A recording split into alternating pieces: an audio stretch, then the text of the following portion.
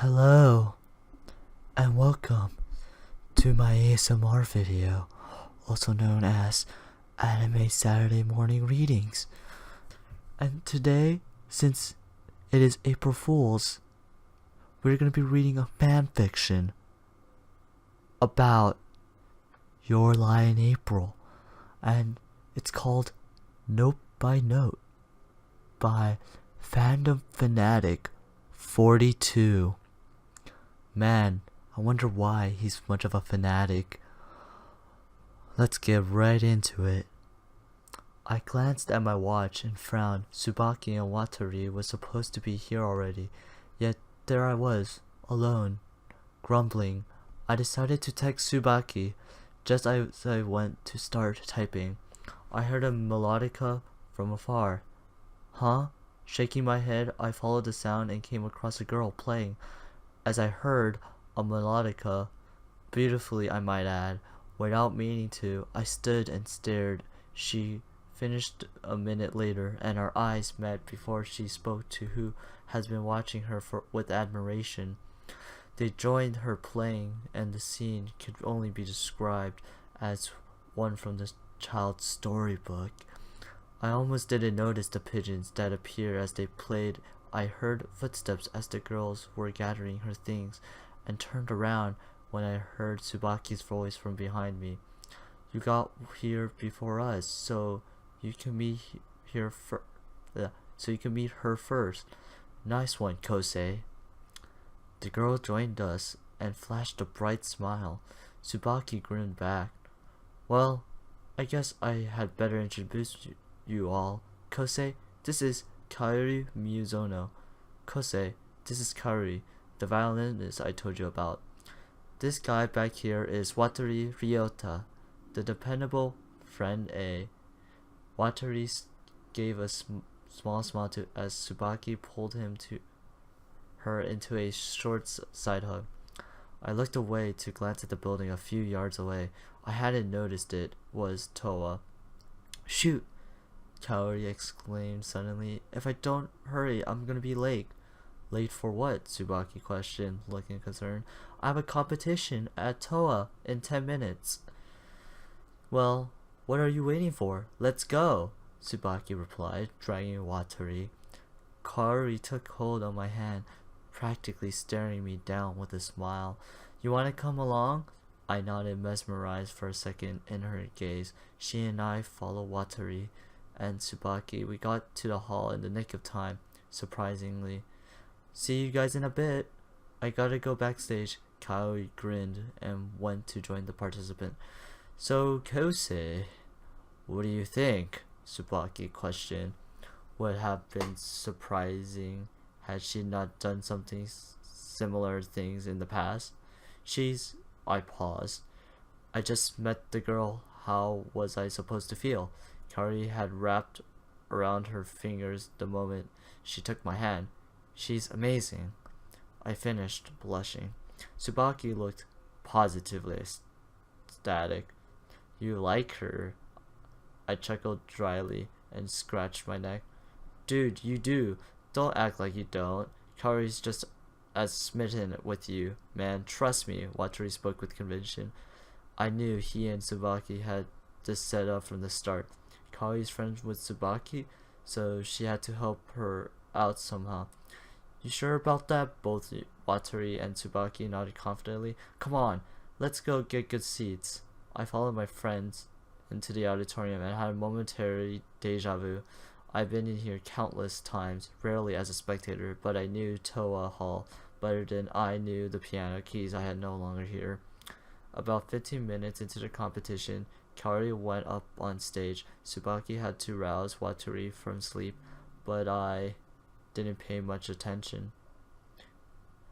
Kaori glanced at her accompanist and appeared to take a deep breath. The accompanist played a single note before she chimed in.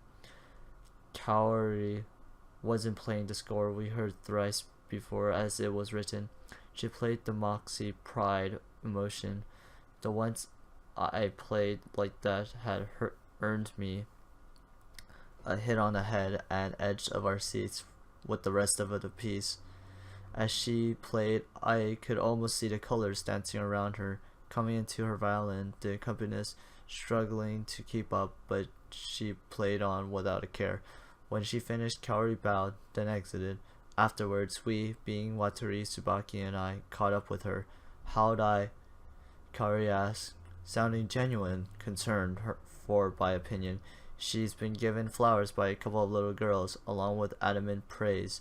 She accepted gracefully before turning to me. You are amazing. Your playing was erratic, off score, and the poor accompanist could barely keep up with you, but I'm sure you win audience favorite. I blushed and met her steady gaze before continuing. You were the best musician that played, in my opinion. No doubt you moved on. She grinned, setting her flowers down next to her violin case. What she did next surprised me more than her performance. Kaori kissed me, then whispered a goodbye, taking my hand and squeezing it, as if to say that she'd see me again soon.